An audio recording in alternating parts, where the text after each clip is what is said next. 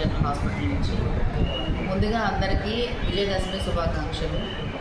అందరూ ఆయురారోగ్యాలతో ఉండాలని, ఆరోగ్యంతో బాగుండాలని చెప్పి కోరుకుంటున్నాను. ప్రతి ఒక్కళ్ళు ప్రస్తుతం పండగ కదా అని చెప్పేసి అటు ఇటు గుడులు అని అయ్యేస్తూ ఉంటారు. మీరు ప్రసాదాలు తీసుకునే కానీ తాగే ద్రవ పదార్థాలు కానీ కొంచెం జాగ్రత్తగా ఉండండి. ఎక్కడ పడితే అక్కడ తీసుకోవద్దు ఆహారం. దానివల్ల కలుషితమైన ఆహారం తీసుకుంటే ఇబ్బందులు వస్తూ ఉంటాయి. ప్రస్తుతం బయట ఒక్కొక్క చోట ఫుడ్ పాయిజనింగ్ అయిపోయి వాంతులు విరోచనాలతో బాగా ఇబ్బందులతో వస్తున్నారు. కాబట్టి మీరు పండుగ బాగా చేసుకుంటూ జాగ్రత్తగా తినే ఆహార పదార్థాలు, తాగే ఆహార పదార్థాలు కొంచెం జాగ్రత్తగా ఉంటే బాగుంటుంది. నమస్తే మేడం. ఇప్పుడు చిన్నపిల్లల్లో, ముసలివాళ్ళు వృద్ధిగా గ్యాస్ ట్రబుల్స్ ఎక్కువ వస్తుంది. వాళ్ళు తీసుకోవాల్సిన జాగ్రత్తలు ఏంటి, అసలు ఎందుకు వస్తుంది? గ్యాస్ ట్రబుల్ అంటే మనము యాక్చువల్గా మాట్లాడితే మన బాడీ ఒక మెషిన్ లాగా ఉంటుంది. ఇప్పుడు మన సిస్టమ్, కంప్యూటర్ సిస్టమ్స్కి పవర్ సప్లై ఇస్తే ఎలా వర్కౌట్ అవుతుందో అలానే మన బాడీ కూడా ఒక మెషిన్ టైప్లో ఉంటుంది. రెగ్యులర్గా దానికి వెళ్ళాల్సినవి అన్నీ టైంకి వెళ్ళాలి.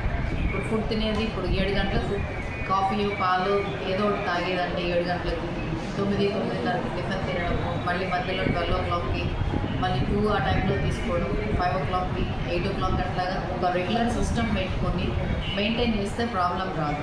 ఇప్పుడు పిల్లలు అది కూడా ఇంతకుముందు పిల్లలు బయట ఆడుకునేవాళ్ళు, ఇప్పుడు ఆడుకునే వాళ్ళు ఎవరు లేరు. అందరూ గేమ్స్, కంప్యూటర్ సిస్టమ్ మీద లేదా టీవీలు చూడటం అలవాటు అయిపోతుంది.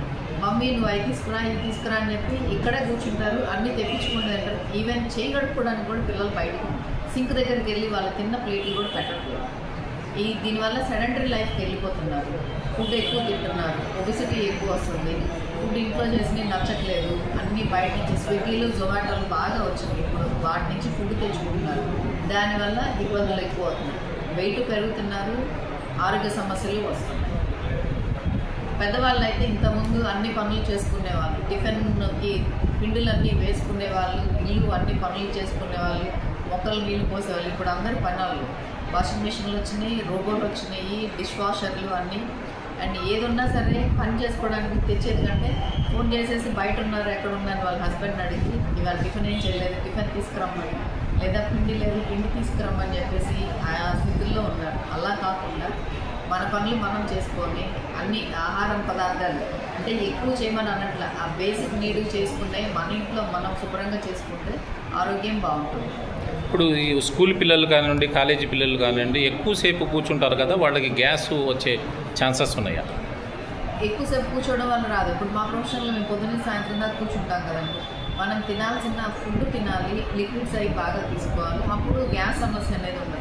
అంటే స్టమక్లో ఫుడ్ 2.5 to 3 hours ఎంటీ అయిపోతుంది. ప్రతి 3 hours ఏదో ఒకటి తీసుకోవాలి. ఐదర్ లిక్విడ్స్, జ్యూసో, చావ ఏమైనా తీసుకోవడము, బిస్కెట్స్, ఫ్రూట్స్ ఏదైనా తీసుకుంటే సమస్యలు రాకుండా ఉంటాయి. Thank you.